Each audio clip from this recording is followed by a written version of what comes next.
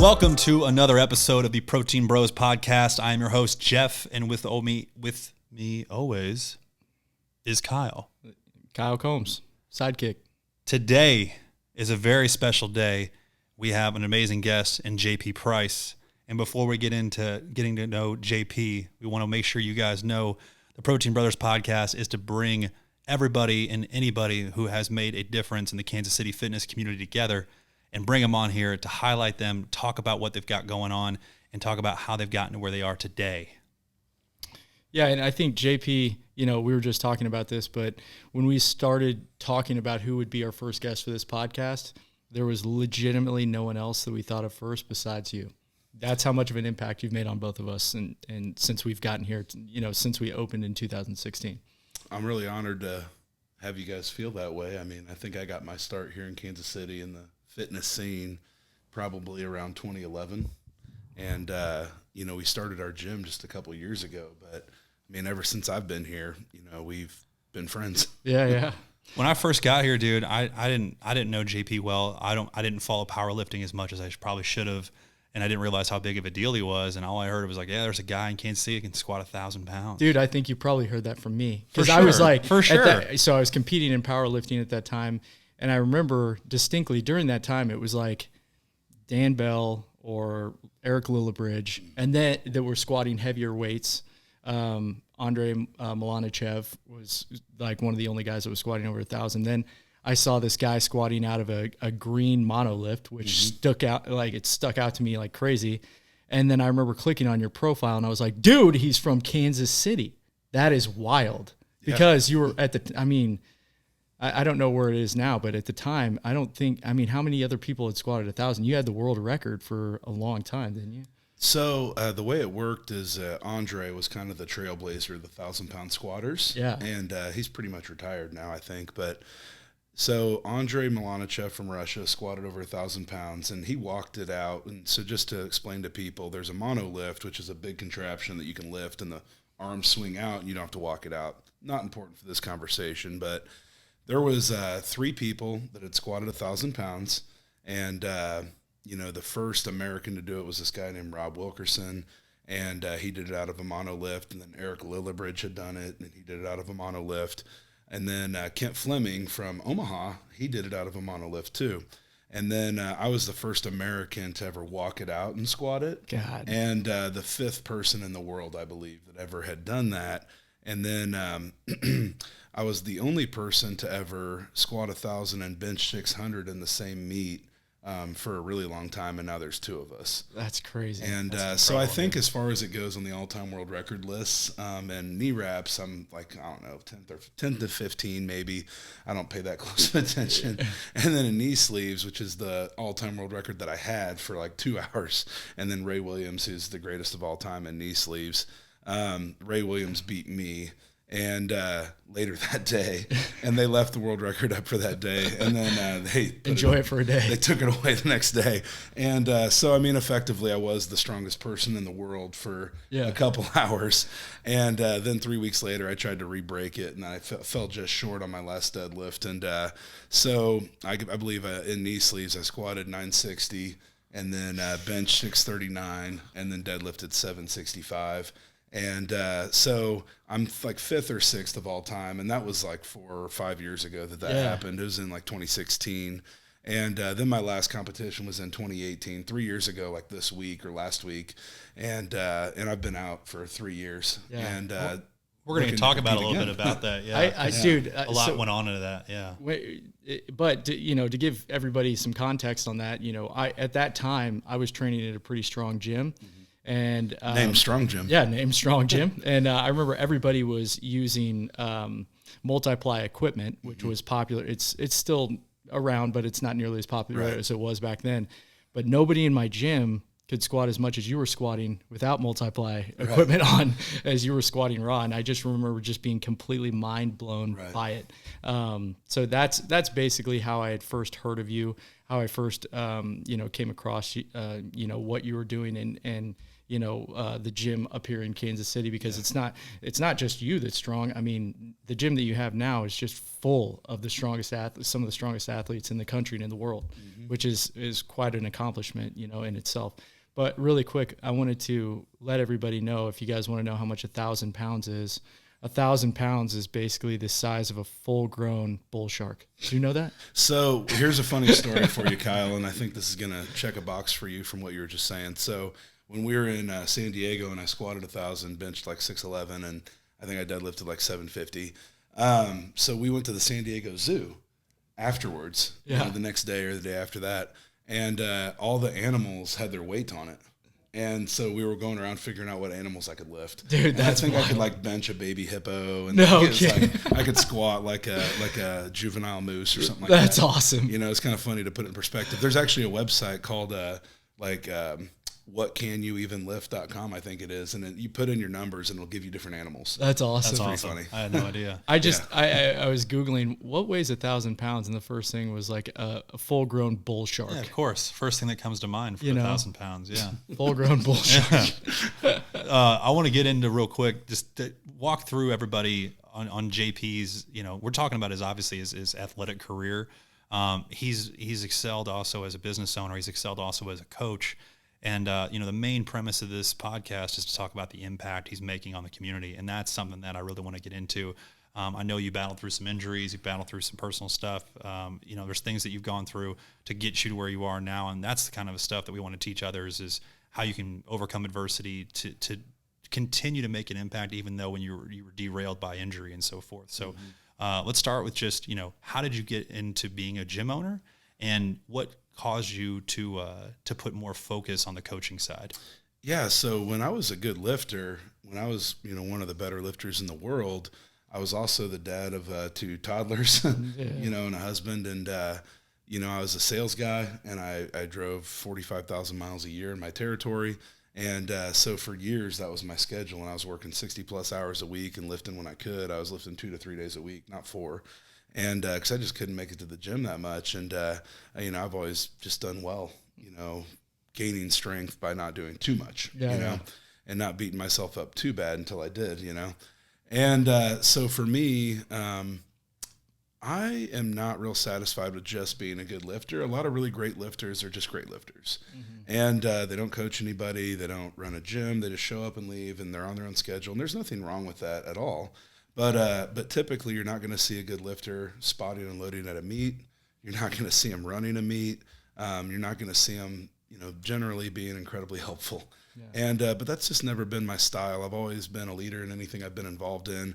And if we're in a room and there's 10 people and something needs to get done, then typically like somebody steps up, or somebody helps lead the group, or somebody helps organize. And a lot of times that was me, whether it was student government in school, or whether it was being a team captain on a team I was on. I was always going to be willing to, lead by example and lead from the front. And so when it came to powerlifting, what had happened, and the way I got into different areas of powerlifting, was I was lifting, but then also there were like no good meets up here. They were all in Springfield, and they were all in, the eastern side of the state, or in St. Louis. And there was a guy coming up here from Owensville, Missouri, that was, West Plains, and he was running meets here. And he was kind of tired of it. He was getting older and not wanting to do it anymore. And he said, hey, you guys are up and coming, and you're building a group. And at that time, we had like 10 guys and girls. And then we would have like 15, 20. And it got to the point where our group grew to 35 people or so. And we're hosting a couple meets a year. And we're raising that money and putting it back into our equipment. And to the point where we had like, a big part of the gym was stuff that we bought. And organized together, because guys mentored me too. I just was the one doing all the action, and getting them involved in other stuff. So there was guys that mentored me that now I'm pulling into other stuff too, and because they had a lot more experience than I did. And so I got involved refereeing. I got involved in running meets, and that brought my whole team into doing that too. And it got to a point where I was unhappy with my job. The way my territory was working was changing. I was doing stuff that I didn't believe in, and I was selling stuff I didn't want to sell, and it just wore me out. And if you're going to work that hard, you have to like what you're doing. And I was working so hard, and I really loved what I was doing until I didn't. And then I started talking to the gym owner, like, hey, I see an opportunity to do something different here. I want to have a premium tier where people can buy, a different membership here at the gym to do something different and offer something different. There's over 1,000 members. Why do we only have one choice? And so I developed an area where you paid a little bit more and then you got specific competition equipment and then everybody could use it. Everybody always thought I was a dick because we locked up our weights. We had a set of kilos that cost us a couple grand, like $2,300, and we put them on a plate tree and we put a bike lock through it. And the reason for that was not that I was worried anybody's going to break them. They're weights. They're not going to break.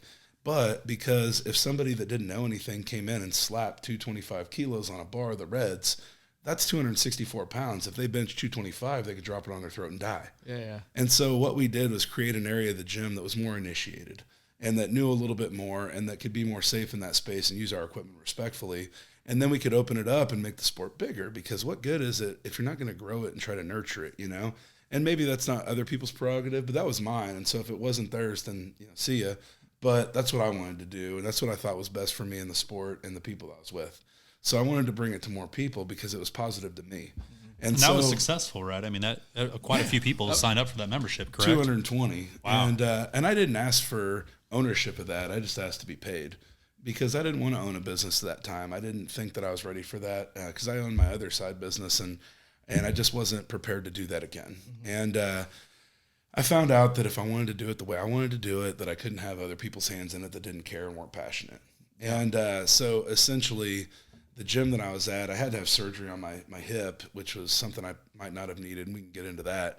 But I was gone for 3 weeks when I was supposed to be gone for 3 months. And I came back 10 days into being gone, and I was going to ride the bike, and it was payday.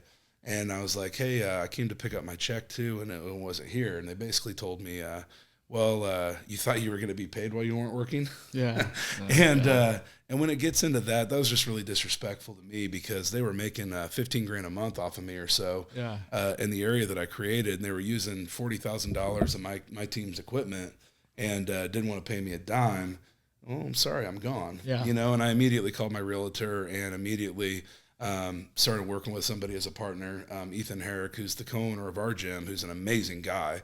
And for the listeners, what is the name of your gym? Our gym is Strong Barbell Club, and it's in Northtown, which is just north of the river in Kansas City. It's just really close to downtown, and it's further south than we used to be. So we're trying to just appeal to as many people as we can and bring what we have if people want to make the effort to get there. Yeah. And so now our gym is 6,000 square feet. And, we've got like 13 places to squat and 9 places to bench, and Olympic lifting platforms are 6 of them, and over 50 bars, and the best equipment in the world that we can get for powerlifting to compete internationally. You guys got strongman equipment too, don't you? Yeah, we have all the Olympic lifting, strongman, and powerlifting equipment. So what I tell people is that our gym is a place where you can train for powerlifting, Olympic lifting, and strongman, or people who like to train that way. Yeah. And so, for example, we get like a college decathlete will come in and they'll, script workouts for what they want for the equipment they need. That's going to be like a hybrid of some things, or somebody who is doing CrossFit that wants to be a little bit more independent and not be in a class. That fits really great for them. A CrossFitter that wants to be a better Olympic lifter, somebody who wants to be stronger. We've got that. And but our gym is a little bit independent, so a lot of people come in, and if they're not willing to take a chance or be independent or know what they're doing and trust themselves, it might not be the best place for them because they get intimidated and they don't want to show up and have to work so hard. Yeah. But the gym is for anybody, but they just have to want to be in that atmosphere. We're not air conditioned in the summer. I think we're here to get better. Also a testament, because I remember when you were going through all that. I remember when you had that original surgery, and I think it's a testament to the culture that you've created and the standards that you have as a lifter, and basically what you've proven over the years as a lifter and as a coach and as a meet organizer. Basically everybody followed you to your gym. Did anybody stay? Some people did, and we're a little more expensive than the other place. We're $60 a month, but I do everything the way that I didn't like that they had how they had it. Yeah, there's no contracts. There's 24/7 access. A lot of places, especially in 2021, when you're a customer, when you're a consumer, and you ask for something and they say no, it's not always because they can, it's because they won't. And you and I have experienced that a lot when we go to places. It's like, it's not that you can't do what the customer wants, that you're not willing to. And we're willing to do things the way that we think people want it. And whether they know it or not, you know, and for the lifter, and I feel like I can make those decisions pretty well for the lifter. Absolutely. And then if I feel like I can, I've got a great sample size of people to talk to. And so for our space, you know, I'm just really passionate about, you know, being the gold standard for what we're trying to do. And it says that on the back of the shirt, right? For sure. So when it comes to what we do, like we have these racks that are called combo racks, and they're what all our lifters want to lift on, because it's what they're going to see at meets for the most part. And so the next like most competitive powerlifting gyms in the city, there's one that has one of those racks, and I have 6. Right. You know, somebody has a monolift. I mean, there's one other monolift in the city, I think, and I have 3. Right. You know, and so the area where we had to grow and improve was adding, like, you know, bodybuilding style equipment, you know, whatever machines we could fit in the most efficiently, and we've done that. It's kind of funny because, you know, a lot of gyms, like once they're built, they stay really relatively the same for the rest of their life. And our gym changes every month. Yeah. You know, You guys are always adding. You just added a ton more dumbbells, didn't you? Yeah, we put like 40, 50 grand into the gym in the last 5 months. And I mean, for us, that's huge. That's like 33% more value. Right. And so we've really added a lot over time, and we continue to, and if we add something, it's to make it more efficient or better, or, you know, have a better reach for our athletes. Like we created a cardio room, you know, because we wanted to pull that equipment somewhere where they could do that more comfortably, you know, or put somebody in a place where they can, you know, do that more, you know, secluded or so. And then we added more equipment for what we want in the gym that wasn't that. I think, and, you know, the people, because you've done that, people are just super, super loyal to your gym. You know, they post all the time. It's like, you know, it's just what you were saying when you're showing the lifters that you actually value them, and you're actually trying to make the atmosphere as best as possible. They reciprocate that. You know, they tell friends and family. I've seen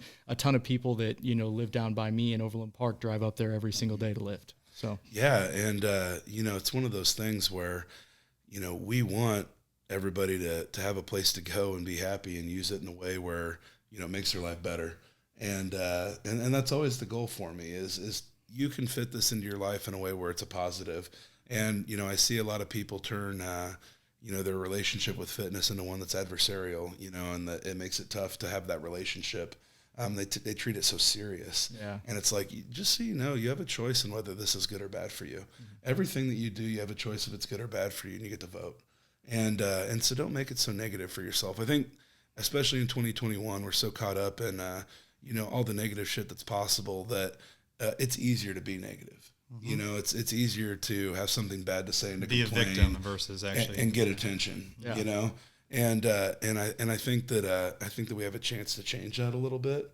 And you know, I struggle to change that every day to give people an outlet where they can be positive about themselves and their experiences rather than, you know, just highlighting the negative. Dude, and with strength sports, it's the building of confidence that happens when you can see somebody progressively get stronger.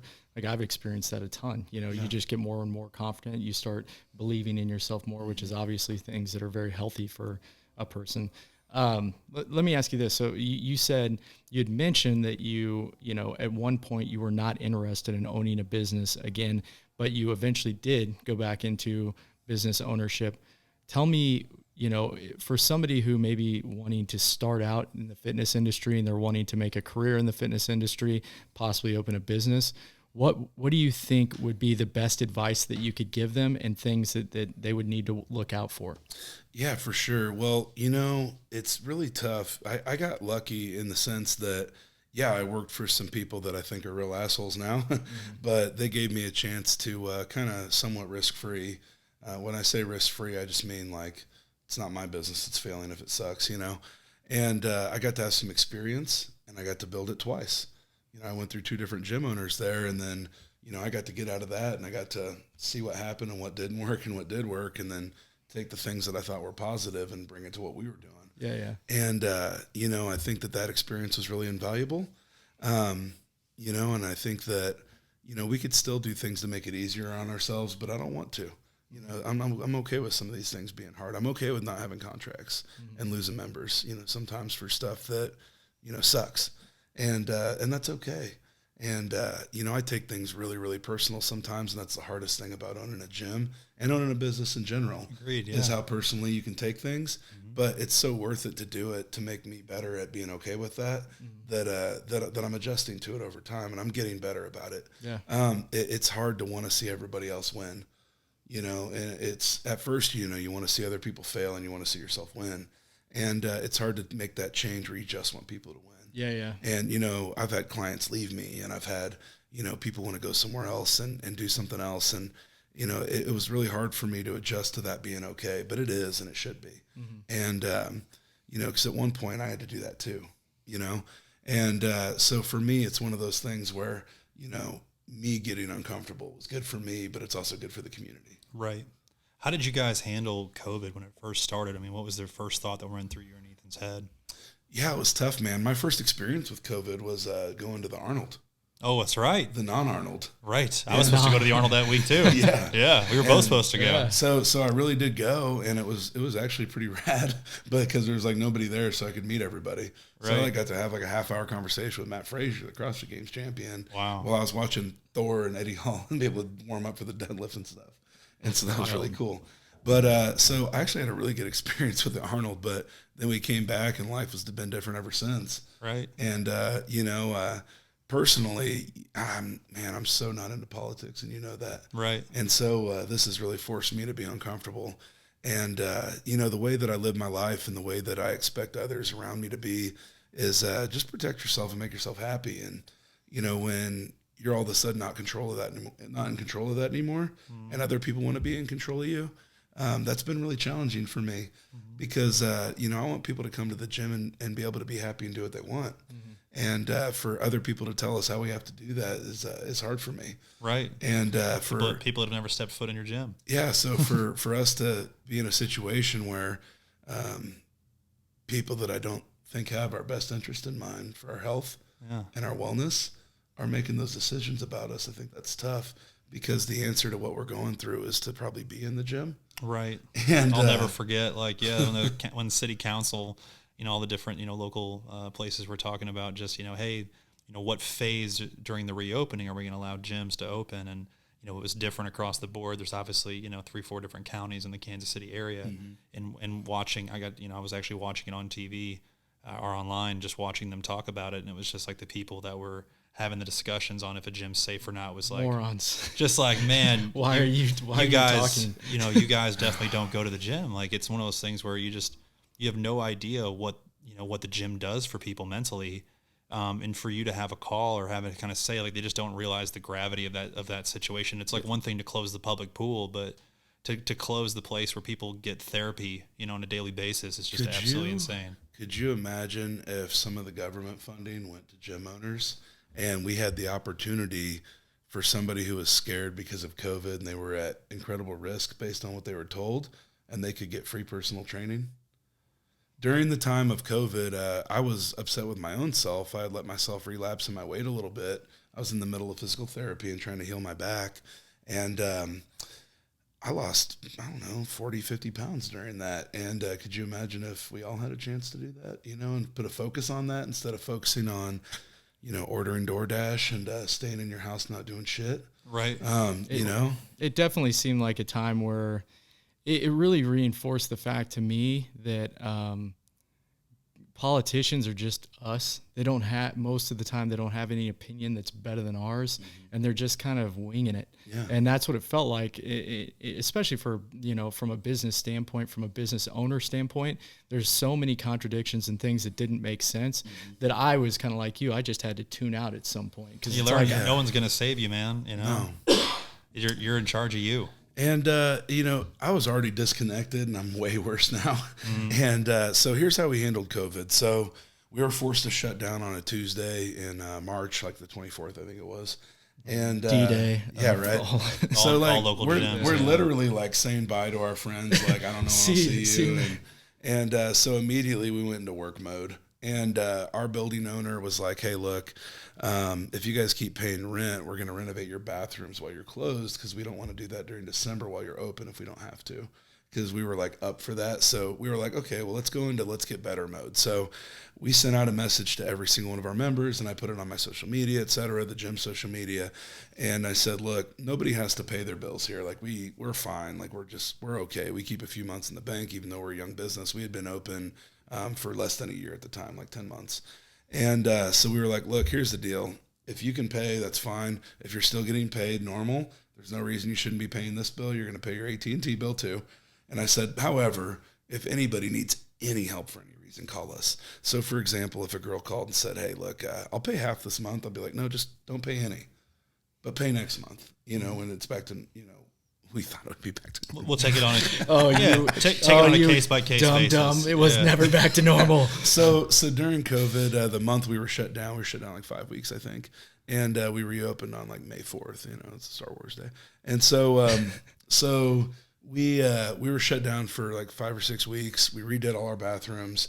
And then while they were working on our bathrooms, we redid our offices and lounge and tried to make our gym better. Mm-hmm. And we did. So during that time, we made the gym better.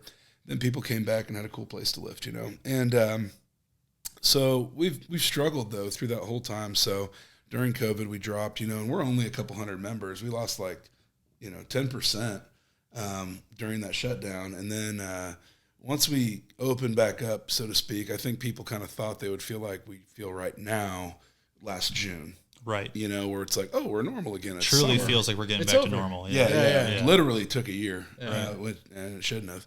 And so it took a year, but at that time, people got a little bit bold, and our numbers surged. Right. And we did really well coming out of COVID. And then, it lasted so long that we even had people scared and not wanting to be there, and populations going up and down for the whole year. Right. Until now. Yeah, no consistency to it, right? No, and so our business is fine and it's okay, but we really haven't been able to have any growth. We've been up and down through the whole time, and it's just really put people in this circular pattern where we just really have not gotten back to normal. Yeah. And being connected through social media to people all over the country and world, I mean, there's a ton of areas that are not open at all still. Yeah. And it's wild. And like, for example, we were at one point where when we came back to work on May 4th, what I understood by the rules was it would say, like, hey, you have to wear a mask in all these public areas, blah, blah, blah. Well, I always figured we were a private business and we could choose to protect ourselves how we saw fit. Mm-hmm. And so I didn't mandate masks for everybody because I was under the impression that it was optional for a private business. And I consider our gym private. Like, all the doors are locked. You have to have a code to get in. And, we locked it up even more to keep people out that weren't supposed to be there, or that we didn't know, or that wasn't a part of our community. We shut down people visiting, And then when we did open that up a little bit, it was not during peak hours because I didn't want to risk my members, safety to be around people that I didn't want to be around. Right. Day passes weren't for sale and so exactly, forth. Yeah. Right. So basically, we just managed it the whole year as best we could. Then come August, I got a call from the city. And they said, hey, you're, being willfully negligent, not requiring masks in your business. And I said, okay, well, I didn't know I was required to. And they said, well, it's a public place. And I was like, no, it's not. And they said, well, the public is your members. And so you have to protect the public and you have to require masks. So I put the signs up, but I told the police chief, I said, hey, less than a mile away from my business is One Life. And the rules at One Life across the river in another county, and the rules in Olathe, and the rules in all of Johnson County, is that you can walk in with your mask on, you take it off, you work out, and you walk out with it on. Mm-hmm. Okay, well, why can't that be our rule too? And so I sent them those rules, and I said, look, I'm not doing anything different than my competitors are doing, because right now you're really trying to screw me. Yeah. I don't even have air conditioning, and it's August. It's 95 degrees outside, and you want me to do a 900-pound squat with a mask on? Yeah. I'm not doing it. I'm sorry. I'm not. That's not safe. It's not safe. It's a stupid rule. And so... that's the thing that I was talking about, is the consistency across the board is just ridiculous. Yeah. It was non-existent. So what I love about our membership and our base is that, and this is what I'm never really willing to sacrifice, and so when we talk about growing and opening up new locations and getting pressure from people that are smart about that kind of thing, I don't care about that. I want to be happy. Yeah. And so we have one location, and I want to know the people there. And it's not that I want control. It's just that I want the ability to be, you know, a good community member. And when you don't know everybody, I don't think that's as easy. Yeah. And so everybody in our gym who wore masks, I individually pulled aside and interviewed and just said, hey, look, you know me as a person, you know, I know everybody here, and I want to talk to you personally about how you feel about mask wearing and about whether I need to require it here or not. And so basically they all unanimously were like, look, we're just trying to protect other people. Like, it's totally fine if you don't require them. I understand. And so we tried to take great care in how we treated everybody during all those times. And I mean, I had one member leave for that reason, and it was a guy who got pissed at another member that they were just squabbling a little bit, and he just was tired of it, you know, and he wanted to, you know, not related to masks. He wanted somebody to be the way he wanted them to be, and not respect them, which is what I want. Yeah. And so if that's how you're going to be, then you can leave. For sure. You know, I've not missed you a day. So you mentioned happiness and wanting to be happy. Probably the happiest I've seen you in the last, I don't even know how long. You posted a video recently of you squatting 600 and then with 100 pounds of chain, so basically 700. And you squatting that and you racking that and just the look on your face, dude, I don't know, it made me feel like a certain way, because it's like, you know, explain to everybody about the back issues you've gone through, the adversity that you've gone through with that, and basically battling back, because you and me kind of have gone through, yours is far more intense than mine, but I've also dealt with back issues, and I know how demoralizing it can be to go through, and especially for you, who's a world class, you know. I mean, then you attach your identity to being a 1,000-pound squatter, and then all of a sudden you can barely get out of bed or you can barely walk. It's fucking unbelievably tough. Yeah, I mean, it's making me cry right now to think about how happy that made me feel, like the weight that came off of me, you know, and literally and figuratively. So the long story short, I've told this so many times, I can really sum it up pretty well now, you know, because it was really hard to put this into words for years, but I feel like I finally can. So essentially, I never got hurt. I just took too much damage over time, and my spine got to the point where it was so unstable that I had to go to the best person in the world. Yeah. Okay. So I had a surgery I didn't need from KU. Then they started giving me shots in my spine, and that didn't help. Then they wanted to cut nerves with lasers. That didn't help.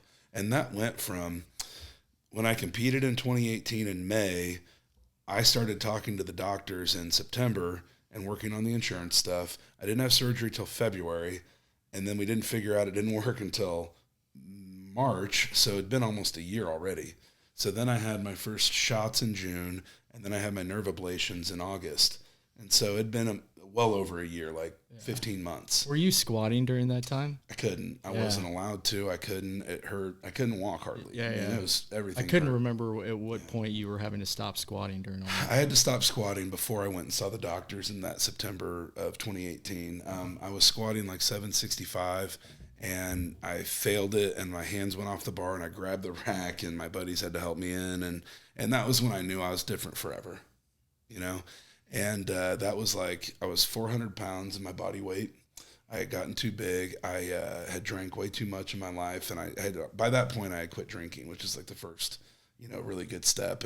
And I can totally drink and enjoy it now. Like at your party, I had one drink, I felt awesome, you know, I had a good night. And, you know, I'm not led to that anymore. It doesn't fulfill me at all. And so, you know, I was very unhealthy, and that wasn't making anything better. You know, I had always treated myself shitty and been overweight, but still been like extraordinarily good at lifting. Right. And so, you know, I really had to learn how to live like the other half, how to not just be like a total freak, you know? And, so basically through all these failed procedures and all this pain, in 2019, in September, I got real frustrated, and I went to the head of surgery at KU Med in the spine center. It was October of 2019. And he said, we could fuse every level of your back. We don't know that we would ever fix you. So we're just not going to. And I was like, okay. So I'm disabled. You're saying there's a chance. Right, there's no very, chance. very little chance. There's no chance. Yeah. And so then I called Stuart McGill. I emailed him. And Stuart is a world-renowned back specialist. He's a biomechanist. And in Canada, right? He's the best. He's in Toronto, outside of Toronto. And he said, look, you're an extraordinary human being. I want to work on you. And I'm not going to charge you, but you have to get here. And so I went the next month, and I stayed at his house for a few days. And first time I ever been diagnosed. I got diagnosed with the issues in my spine. There's many of them. I can't even begin to go through all of them right now. And but basically, he prescribed that I take complete time off. I walk, which walking was hard. Yeah. And at that point, I had lost 80 pounds or so to where I am right now. And I've relapsed a couple of times, 20, 30 pounds, but I've come back here, to about 320, down from 400 plus pounds. And he said, you have to keep doing that. You have to walk. You have to do these drills that I want you to do. And I really couldn't work out at all. Yeah. Bench press hurt my back because my low back was arched. Overhead press hurt my back because I was taking loaded extension. JP and I did go on some bike rides, though. We did go on a couple bike rides. We did just some bike riding. That's right. Yeah, and my friends, it was really hard for my friends probably because, so imagine I create this powerlifting gym that's the best one in the Midwest. And I've got all these great lifters, and they're all my great friends that I like to hang out with and spend time with. That's why I want to do this. And I coach all these people, and I'm stuck in my office, and I can't do shit. Yeah, I would cry. I would be sad. I would cry. I would want to leave, and I would want to spend time there. But I also had issues at home too, and I had marital issues at home, and that we went through, and so all these things together, and all this pain, and all this hurt. And all I wanted to do is try to make myself happy. And so losing the weight helped lose a lot of stress and address everything going on in my life, from my back to my relationships, to being a better dad, to being a better business owner, to being a better person. And it really put a magnifying glass on how human I was, and made me start really having to pay attention to all the things I didn't have to as somebody who just responded great to everything. Yeah. And I had to really start being a real athlete, a real coach, a real gym. Everything got so much more real, and it was so good for me, but it was hard to grow. And so basically, Stu McGill got me to the point where I needed a rest. And so basically, fast forward now into 2020, COVID's going down. I'm starting to get a little better because I saw Stuart in October, November of 2019.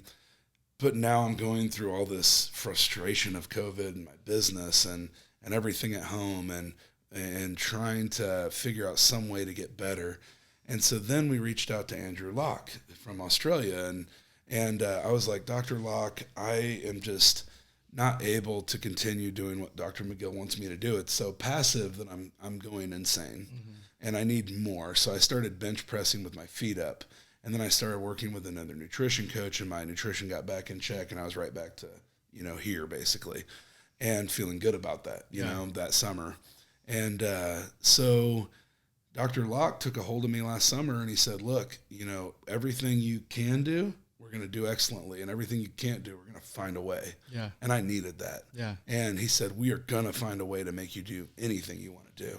And so now I went from squatting 0, deadlifting 0, to relearning how to use and support my spine from the inside out and build armor around my torso to where I could start to move. Yeah. And it worked. Yeah, it made a world of difference. You posted a video too of you deadlifting 600. Was that, or was it more than that? Or? Yeah, so from 0 to 650 on squat and deadlift, pretty much. That one stuck out to me too, because with my back issues, what I have, deadlifts are what does it to me the worst. It's the thing that I have to warm up for, and I have to engage my glutes and really focus on and really work at to not blow up my back. Yeah, and so now it's like this balancing act. So yes, I'm better. Yes, I'm more athletic. I can run a little. Walking doesn't hurt so bad. I'm able to travel and not feel like shit the whole time. Yeah. I'm able to ride on an airplane comfortably, more comfortably at least. And, things are getting so much better as far as treating that's concerned and being back in the gym. I'm basically benching 600 pounds at 320. I'm going to enter a powerlifting meet in November, my first one in 3.5 years. That's and awesome. I'm going to squat 700. I'm going to deadlift 700. I'm going to bench 600. That's my goals. That's awesome. And I want to do a 2,000 pound total again. And, you know, it feels good to, you know, last night I bench pressed and then some guys were playing with a circus dumbbell. Well, I haven't done that in probably 5 years. And I've never explain to our listeners what a circus dumbbell is, please. It's like it sounds. So regular dumbbells, you know, this big and you have a little handle in it. A circus dumbbell basically has a Coke can for a handle. It's like 2.5 inches. And the ends of it are so big, you load 25s in it. Oh, wow. So I made it 200 Have you ever pounds. lifted one? They're crazy. Oh, No, God. I saw the video of him doing it. I was nuts. So it's like 200 pounds in one hand and overhead, you know, Yeah. and then you drop it onto a pad and like, it's fun. So I didn't think I could even do that with my spine, and sure enough, I braced and it worked, and so now I get to have fun with that, you know. Yeah. But so Sounds like lifting's fun again, you know. so doing that 600 pound squat with 100 pounds of chain and having 700 on the bar at the top, so it's easier at the bottom and harder at the top. That was the first step to saying that I can be fucking okay again. Yeah. That feels good. Yeah, dude. You know. And so As soon as you did that, I felt it for you, yeah, knowing what and you went through. With so it. not only does that mean I can squat 700 pounds, it also means that I can play with my kids. Yeah, yeah. It also means that I can go on a walk tomorrow. It also means that I don't have to say no anymore. Yeah. You know, Incredible. I just have to be smarter. I think that's the thing that I admire about you so much is the adversity that you've gone through, you know, starting a business, you know, everything that you've gone through, the back stuff, being an elite, you know, world-class lifter, the adversity that you've faced and then how you've battled back from it, the culture you've built at your gym, all of it just makes me admire you a ton, man, for real. Thanks, man. Well, you know, I think that, we're just trying to do the right thing. And, you know, I don't know what that is or what that means, but you know, we're always trying to strive to do the right thing and be happy and help other people achieve that however they need to, you know? And, you know, if you can't seek it for yourself, how can you lead anybody else there? Yeah. And, you know, I think that, you know, I feel better now about being me than I have in a long time. Yeah. I love that, man. And I think that, you know, there's always work to do on that, you know? And there's always, you know, there's always something to do for yourself to try to make yourself better. Yeah. And I have so many of those that sometimes it's hard to feel like there's a place to start, you know? But the fact is that if you start, then something's going to happen. For sure. And so I started on the things that I wanted to start on. And, you know, yeah, I still need to work on my sleep. I still need to be more consistent with my eating. You know, I need to be more consistent with my rehab and workouts. But the fact that I fucking started and I'm here means I'm happy. Yeah, man, you're not backing down from any of the challenges. Or working on it, at least, you know. Working on it. You know, and... you're facing it, you know what I mean? You're not just giving up. You know, I've always had fear of what people think of me, you know, what people, you know, think when they think of my name, what people are you know, wondering about you. And, right. And what I found out was true strength is not having to fucking worry about that. And I don't want to worry about that anymore. I want people to be happy and I don't want to be worried about it. Dude, worrying about that's it's carrying a weight that you don't realize you're carrying. You know, Yeah. it's biting your tongue all the time. It's worrying about, you know, About yourself, about others, Yeah. about everything, you know? Trying to control everybody's view of you in the room is I've dealt most with that, you exhausting know, things, where it's like you're trying to portray yourself as, you know, in a way that's not realistic in a lot of different ways. So, I mean, I've asked Jeff, I've talked about you in a way where I'm like, you know, I think Kyle really likes who Kyle is and he's comfortable with that. I strive for that shit. yeah, it's taken me I mean, I'm not completely there yet, but I think I've become more and more happy with who I am, you know, and comfortable with who I am. I've been dealing that with other people for a long time, and I finally addressed it myself. Yeah. I have a lot of people I work with that when they work with me, they want to bench what I bench or squat what I squat, or they look at somebody else and idolize them and see that person as the best version of who they could ever be. Yeah. And that's true, and you might not ever be able to do that. Yeah. But here's what I want you to be okay with, who you are. Yeah. And if you would obsess over you are half as much as who you obsess over who everybody else is and looking at who they are, then you're so much closer. Man, that's a lesson that powerlifting taught me a long time ago, was that when you first get into powerlifting, you're chasing other people's numbers, and then you have to be okay.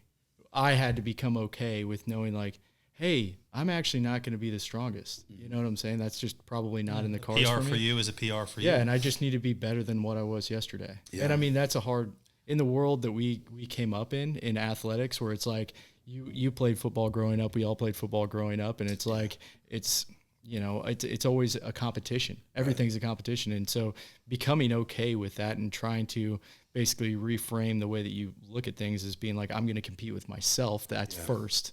Helped me a lot. Yeah, and like, there was a long period there where I didn't have any goals, and I didn't realize how much that sucked, because there wasn't anything to work towards, so I wasn't doing anything. And so I didn't have all these goals, and the other day somebody was like, do you have any goals? And at first I was like, no, not really, I just want to be happy. And then I grabbed him a few minutes later and I said, well, do you want me to be honest about my goals? And I said, I want to lose 100 pounds, I want to deadlift 804, I want to which is like the kilo math for 365 kilos, 804. So it's either 799 and a meter, 804. No, you gotta go. You gotta go 804. Yeah, and I want my pro card in strongman, and I want a total 2,000 till I'm 40, and I want to bench 600 at 300. And I was like, I can go on. So I do have goals. I just don't want to talk to them about them with you. Your goals are freaky, man. Yeah. So I still you got some freaky goals. I still have goals, but those were really silent for a while, and that was a really sad time. And I'm really, really glad that those goals are getting me excited right now, because that means that something's going well in my life. Yeah, man, you seem like you're in a better place. You're in a really good place in comparison to the stuff you've dealt with, over the past couple of years. Which makes me happy for you, man. Like during that time, and people think they know what you're going through with COVID and opening the gym and being in pain and blah, blah, blah. But what they don't hear about is like what's going on at home. And Jenna, my wife, and I have been going through divorce, and as we've gone through that too, that's a challenge, and it's one I was really not proud of. I never saw that for myself, in my future. It's never what I wanted. And through that and through counseling, we realized we don't need other parents for our kids. We're great parents and love our kids so much. And the ability to strip everything away and just focus on those things that are so pure and good has made us such good people to each other. Yeah. And it's made me a better friend to her, and it's made me so much of a better dad to them. And when I have time with my kids, like, how important is it that I leave at 5 today? First thing you said. It's the first thing, because when I'm present with my kids now, I'm present with my kids. I'm there with them and trying to work on my relationship with them and how good they feel about themselves. And my parents made me feel amazing, but that doesn't mean I can't do better than they did. Yeah. And I've always told my parents that too. I said, look, you guys are amazing for me. Like I had a really, really loving childhood, and that's probably why I act spoiled all the time. But I'm the youngest, and I was really cared for, and I want my kids to feel that way, but better. Yeah. So I tell them every single day, how handsome they are, how I want them to feel ways that I didn't feel growing up. I want them to feel good. I don't want them to not be able to move and be overweight if they, I want to help them, and, I want them to have cognitive behavioral skills and to help them get out of situations that they're in mentally that I never knew how to get out of. And fathering intentionally versus just like waiting for it to come to you. Yeah, I'm Dude, not using electronics for it. Being a good dad is a full-time other job. Yeah. It really is. And these last couple of years have really like shown that to me, because it's like when you get home from work and you're exhausted and you're literally just mentally spent, and that little kid doesn't care, you have to like be able to turn it on and like realize, hey, it doesn't matter that I'm exhausted. I need to make sure that I'm the best example as I possibly can. I have a great example from right now. I mean, Jenna and I still talk every day about parenting our kids, and so I'm picking them up after school, and she said, hey, can I drop off their bat bags? You want to take them to the batting cage? It's beautiful out. And I said, I'm thinking to myself, well, I didn't sleep very good last night. I still have work to catch up on from the weekend, but yes. Yeah. Yes, always yes. I always think about it, and this is maybe a morbid way of thinking about it, is like, if something happened to me and I wasn't able to, like I said, we all lift. It's like you have one back injury where it's like you can't get up out of bed. How pissed would you be for not going to the batting cages with your kids when it's, you know what I'm saying? I always try and frame things like that in my mind when I'm tired as shit, which is often. Yeah, my buddy Matt Vincent, who owns Hate Brand Goods clothing company, he always says, I get to do this. Like, that dude's gone through a ton too, man. He used to be a traveling sales guy too. He used to be a world champion and went through injury too. Yeah. I'm doing this podcast next Tuesday or Wednesday. But he always taught me that I get to do this, and I get to, and I can, and It's all an opportunity. it is, and you know, it's taught me, you know, about not seizing it in the past, and those opportunities just, you don't always get them, and they're not always going to be free and available. And my opportunity to be with my kids, you know, they get to choose that at some point, and right now they don't get to. I need to take advantage. But it's coming, of that, dude. You know, before you and I know it, they're going to be, you know, we're going to be second to their friends, and they're going to choose that. And then, man, I can't remember the stat, that it was something like by the time your kids hit 8 years old, you've spent more time with them in their life than you will for the next however long they live. Meaning that, you know, basically once a kid turns 8, they're going to be out playing with their friends. They have other priorities outside of you, and then they go to college and whatnot. And so that's always kind of stuck out to me too, where it's like, man, I really need to take advantage of this time that we have together. A lot of people are really afraid to be critical too. And I'm not. Like, a lot of people are like, you know, you should be easier on yourself, or, you know, like easier on, you know, how you view yourself and chill out, and you know, like, relax, calm down. Yeah. And honestly, you know, I think that's kind of bullshit. Like, I'm okay with me as a human, you know, like I've gotten okay with who I am, and if I'm going to be okay with me, then I'm also going to be okay with all my bullshit too. Yeah. And you know, so when that all happens, and when people want to bring up, you know, like, hey, like, you shouldn't be so hard on yourself about your weight or about being a dad or whatever, and I'm like, yeah, no, I get to do that. Like, I'm gonna be hard on myself because I'm okay with me. Yeah. And if you're okay with who you are, then you can be critical. Well, you dude, know, if like, you can disconnect yourself from like the, you know what I'm saying? Like, it's not, you aren't wanting to, you know what I'm saying? Like, those are two different things. You can be happy with yourself, but then when that's mutual too, then you can work on yourselves too. Yeah. And call it out and be honest. And you know, so what I find is that, you know, I'm not being a self-deprecating asshole in those situations. I'm just saying, like, yeah, no, but I could be a lot better. Yeah, yeah. And when people want to talk shit on somebody else, I'm like, yeah, no, but that's me too. Mm-hmm. And so when I do say that about anybody else, I'm also saying that about, like, no, that's forgiven. If I'm going to forgive myself, I'm going to forgive anybody. Yeah. And that's all okay. And it's all okay to happen. And it's all okay to be that way. But be critical of yourself. Be as critical of yourself as you need to be in a place to make yourself better. Yeah. And if you're not, then we're just pretending through this whole damn thing. Yeah, that's true. Probably not listening to the podcast then. So I've been relatively quiet throughout this podcast because I get the privilege of hanging out with JP pretty often. He's one of my close personal friends. And so we're gonna transition this a little bit to some more fun questions to talk about that, you know, most people don't probably know about you. You know, this is the JP I get to hang out with, and it's highly entertaining. And so, for example, we like to listen to some guilty pleasure music. 100%. What would be, you know, what was the last guilty pleasure song that played in your car? Okay. On the way over here, probably. Yeah, on the way over here. Come on now. No, we have like guilty pleasure time in the gym too. Like, most of what I listen to is like pretty hardcore, like metal and stuff, and like hard rap and everything. But I absolutely have such a soft spot for like 90s R&B.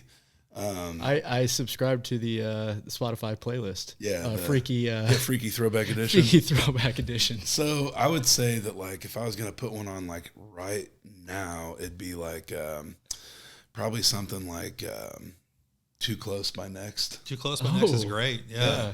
I deadlifted to that a couple weeks ago, and then as I put it down, I was like, see a little poke coming through on you. You know how long it, like, you know how much, like, I think, that just reminds me of middle school. dude, so that music much. video came out when I was in elementary school, and it was on all the time on MTV. And I mean, it took till I was like at least 20 plus years old to actually listen to that song and realize what it was about. Because I'm like 7, singing every word. You're like, holy hell, this song is a dirty song. I like karaoke. I'll sing that to karaoke. I haven't done karaoke in so long. Somebody brought that up the other night. You and I think we're talking about it last night. We get into it. And I'm upset. Me and Jeff sang Casey and JoJo All My Life the other day, and I mean, it sounded pretty good, man. Maybe we Glad I wasn't there. Yeah. Yeah, right, dude. Song. Jeff can hit high notes. You know, I got that skill. I don't know if that was Casey or JoJo. Hey, but the Black. Hey, so this is the unsung hero of 90s R&B songs. Go back and listen to Black Street, "Don't Leave Me, Girl." That song is phenomenal. Better It's than so No good. Diggity? Dude, No Diggity is just a totally different song. It's like, it's not R&B, you know what I'm saying? They got Yeah, Dr. yeah. Dre in that song. Right. It's a classic. No one doesn't love No Diggity, but Sure. I'm telling you, go back to Don't Leave Me Girl. You'll remember it and you'll be like, oh, wow, that was a great song. I agree So with that. we got another good one for you. I also really like ska covers. Oh, wow. Oh, come on. Like some Covers? Goldfinger. Yeah. Of like rap songs, though, where they do it with the ska music? Anything like if anybody that listens to this actually will do what I say, go to Spotify and look up The Killing Moon and You Ought to Know. Oh, Alanis It's my Morissette, You Ought to favorite. Know? Yeah, it's Okay. such a good cover. What about in 99 Red Balloons by Goldfinger? Perfect. It's Oh, such great. a good one. So good. It's such a good cover. Dude, there was that song, whining, grinding up on the pole, like Snoop Dogg I and see you Akon. winding and grinding. Yeah. up There was on the pole. I forgot the name of the band that did that, but there was a rock band that did that song, and it was like better than the original. Yeah. That's great. You Punk goes 90s or whatever. Yeah, I mean, yeah, there's yeah. tons of. Oh, it's so good. Yeah. There's you- even ones now. There's punk bands that do kids songs, and I listen to them with my kids in the car. Look up Punk Rock Factory. They do a great rendition of Moana. Look, I got to hear this. All right, so if you guys don't know this, JP does One Drink, One Review, and he started this with bougie water. Yeah. Specifically bougie water. It can't Specifically. be. It could not be like Ice Mountain. You know, it had to be like Voss. Yeah. Or Fiji. Liquid Death. Yeah. No, it had to be like Liquid Death. Yeah. Yeah, there was a water called Liquid Death. Yeah, I got a case of it sent to me. Oh, that's right. So all these. Murder Your Thirst. Yeah. There you go. Yeah, It is yeah. pretty sweet. Like in the marketing for it. The bougie water game was like it had to be like $2 minimum bottle. You I know, know like straight edge guys that order Liquid Death at bars. Oh That's my amazing. gosh. so then that transition because he just run out of bougie water at some point, and now we're back onto energy drinks, and so he's probably reviewed at least 100 energy drinks and/or waters minimum. And so with that being said, I got to ask you as a fellow low calorie drink lover. That's the rule. They can't have calories. You gotta be 0 calorie, or let's say 10 or 10, less. yeah. It's too easy the if they monsters. can have Yeah, calories. Exactly. Right. Of Anything course with it sugar's tastes gonna taste fun. Yeah, good. so you got 50 grams of sugar, of course. So we got to get into this Let's just now. do Kool-Aid. Gun to your head, dude. What's the best one? Highest Highest reviewed ever. I was asked this today, and I don't know if it was the highest reviewed or not, but the one I'm going to go for the most often Yeah, is Gold Monster right now.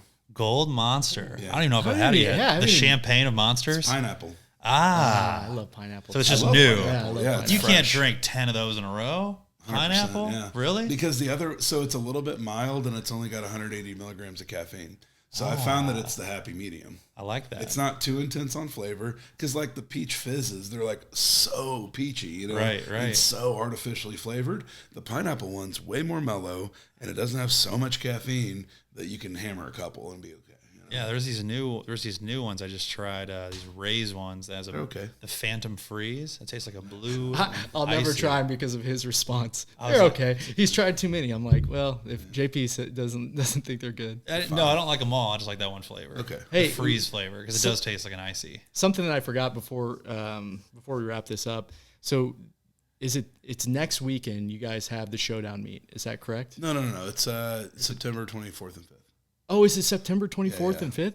Oh, that's he was making it seem like it was a little bit closer than that. No. Explain to us what that meet is, and because I mean it's The level of competition the is what level- we need to talk about, yeah, man. yeah. That people just So- don't realize how unbelievably gifted and Kansas like how City good is they to have it have- in Kansas City to have this kind of competition going on in their backyard. So I would say that the competition right now. So what happened was last summer. I've always said for 7 years that I thought we would host big meets in Kansas City. I thought that we do a good enough job at it. And my crew is so good that we've built the culture here to be stronger than many, many other areas of the country, right? And I always thought that at some point we would have an opportunity for us to have a huge meet here. Yeah. And so it's supposed to be in New York in September, and they announced a huge travel ban thing. And so I said, hey, you can have it here. And I Kansas said, City will I, take said it. I can make it happen. Yeah. And my team will make it happen. And they said, okay, let's do it. And so we became the host of the Showdown. Yeah. And everybody thought the judging was so good and consistent, and the atmosphere we provided was so good and consistent that they just wanted to keep it here. And they wanted to keep us as the host of it. So that turned into such a good-natured, good vibe event with such good standards, because in powerlifting, the standards are not always good. Oh yeah. And people are finally, with this information out there and video of everything, it's like, if you have a shitty lift, it should not be counted. No. And if it's a good lift, it should be worshiped, you know? And so if people are doing the right thing, it should be a big deal. And because you can see it, you know. And so the vibe was so strong with this that we only had like 35 lifters that could make it last year because of COVID. Like there were like firefighters that couldn't come and teachers that like couldn't get days off and all kinds of stuff. So all the obstacles, we threw the best meet that we could, and it was so well reviewed that we have 110 lifters on the roster that are the best in the world. Yeah. And it's probably the most competitive lifter roster I've ever seen. That's awesome. And I mean, like 4 of the strongest females in the world. There could be 6 women that are going to try to deadlift 600 pounds. And 1 meet. Now there have maybe been 4 that have ever done it, period. Yeah. And they were all super heavyweights. This is 1 meet. And there's going to be over 5 men that go over 900. Yeah, that's crazy. In deadlift in 1 meet. My God. And Hunter beat my my best competition squat this last time, and so at what did she weigh? 160. She weighed in at 165. I was 242, and she squatted 650. Well, it's not. She is absolutely insane, man. She's insane. She's incredible. She's doing a bodybuilding show in 9 weeks. Yeah, I saw No, that. she's not. Yeah, she is. Yeah. Yeah. Fuck yeah. That's That's awesome. She got in such good shape. They were like, we're just going to do it. Yeah. And Love it. Is Ryan doing her diet and everything? So Matt Jensen does her diet from, I don't forget, Raw. from Raw, basically. Raw, yeah. And then Ryan does her training. And so the way it lined up is she can do this meet, she'll qualify for whatever, but she doesn't have time to do the pro card thing. So she's going to do the Showdown meet after, and then basically get ready for the U.S. Open, the big, knee wrap meet, and then try to do the bodybuilding thing again next summer. And so that's kind of how that lines up for her, I think. It's Perfect. working out pretty good. That's awesome. Yeah, I mean, Good for her. She's ridiculous as far as like. So she ranks 2nd in the world right now. So she set the all-time world record in the squat and the total, I believe. Oh, did she? That's awesome. And so as it shakes out, there's like a formulas that you can use to see how good everybody is. The Wilks. And Wilks, Dots, whatever. And pretty consistently, she's 1 to 3. Yeah. Of all time.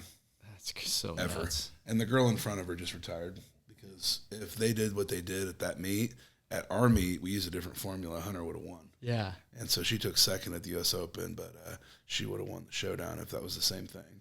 And last year she took 2nd to the same girl at the Showdown. So that's crazy, man. Yeah. Crazy.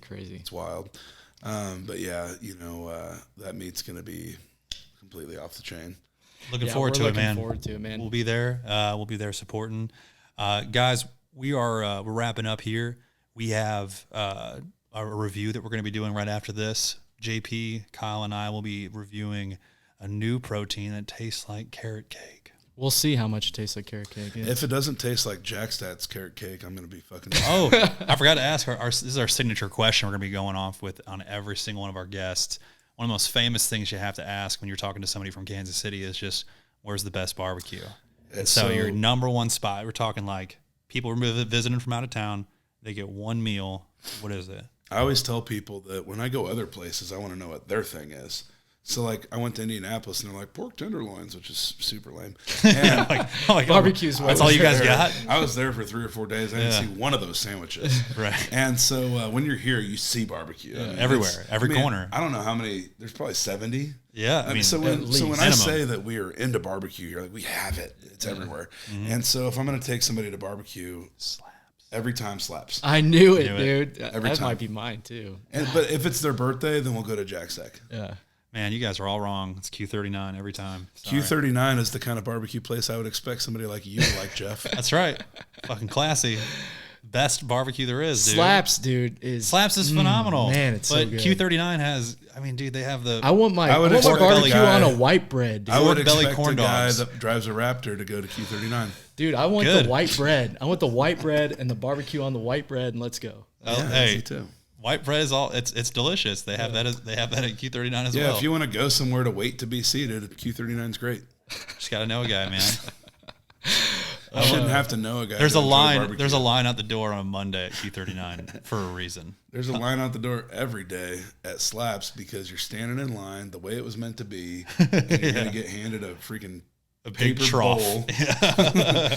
They're gonna say stuff your face. Here you go. They're cutting it made to order. You don't need to get it on some china. Some butcher paper. I don't need apple slaw with my barbecue. Hey, dude. Hey, that apple German slaw potato is salad. pretty good. Though. I can't believe. Okay, German potato salad. Yeah, that that's you can That's hate on the true. presentation. It's pretty good. You can hate on the weight. You tell me right now that you take some Q39 like ribs, or you take Q39 brisket, that it's not phenomenal. Oh man, I had Phenomenal. Q39 one time, and I had burn ends, and it was very good, but the experience was not for me. I'm with you.